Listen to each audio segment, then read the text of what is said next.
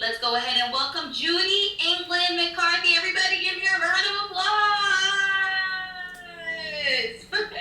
She is a professional author, storyteller, and poet. As an author, her work can be found in 3 anthologies, and she is currently working on 2 more children's books. 'Twas Midnight and Why Oh Why Did a Witch Swallow a Fly? Thank you very much for such a warm welcome. What starts it? The idea. So where did I get the idea for The Amazing Adventures of Petunia? I went into the library and I was starting out as a storyteller, and I was excited, and I wanted to tell stories to children. So I was talking to the librarian, and she says, well, we have some puppets. Go through some of these boxes. And there was like 10 boxes of puppets. So here I am, full of excitement, taking the lid off and looking at, oh, look at this puppet, and putting it back. You have a flying pig. And she said, we do? And I said, yes, you have a flying pig. And you see, when I was growing up, adults would say to us kids, well, you'll do it when pigs fly. What they meant was, you'll do it never. Because pigs don't fly. We know that, right? Pigs don't fly. So I had the idea at that moment, I would change how people see when pigs fly. They wouldn't see it anymore as a negative thing. They would see it as this positive, wonderful thing. That if you believe hard enough, even pigs can fly. So where did it go from there, though? I knew I wanted to do a flying pig, and for some reason, I thought her name should be Petunia. And then I thought it would be funny because, well, there's 2 types of petunias, right? I named her Petunia, but there's the flower petunia.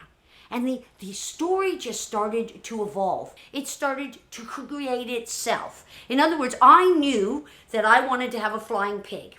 And I knew, well, it was an ordinary pig who didn't want to get dirty by playing in the mud. But how? How do you get a pig who doesn't want to play in the mud all the way to being a flying pig? And eventually, I thought, this is such a great story. I would like to make it into a book. I had to sit down and write out the story because I had it all up in here. Whenever I'd go and tell for kids, I would just adjust it, the story, change it around a little bit to make it work better. And I had never written it down. So I began to write it down. And what I realized is when you write down a story, as opposed when you tell a story, it's very different. So now that I had the story, I needed to get somebody, or I had to draw them myself. But to do a whole book of illustrations, well, I couldn't imagine doing it.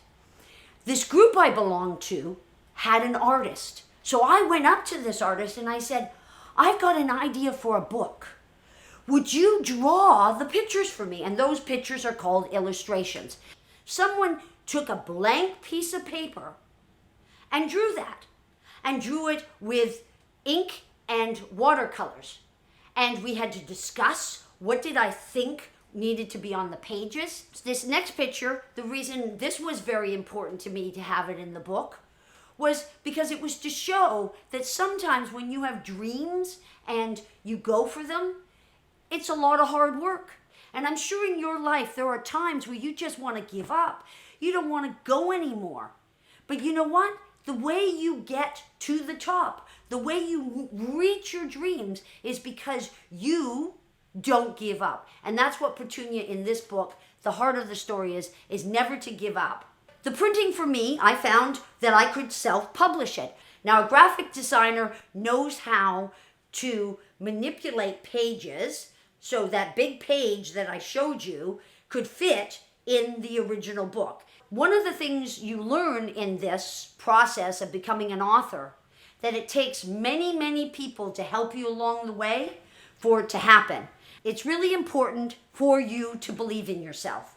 So now we'll take some question and answers, and it can be about anything I talked about today or anything that occurs to you that you'd like an answer to. All right, 5th grade friends, put your hands up if you have a question. Looking through. Jennifer, go ahead. Originally, when I was young, I was going to be a famous actress. I started going for auditions in New York and I did all that stuff, and it didn't happen. And I heard about a storytelling guild. I found out that I'm more of a storyteller than an actor. I try to do it live in the moment when I share stories, and so it's not exactly the same every time. For me, if it wasn't for the acting helped. It taught me how to be in my body. Storytelling got me to think of it from a framework, and then that led into being an author, taking the story that I create and putting it down on paper. Thank you very much. Hey, thank you. Thank you so much. And I wish you all the best to finding your dreams, okay? Thank you. All right. Thank you very much.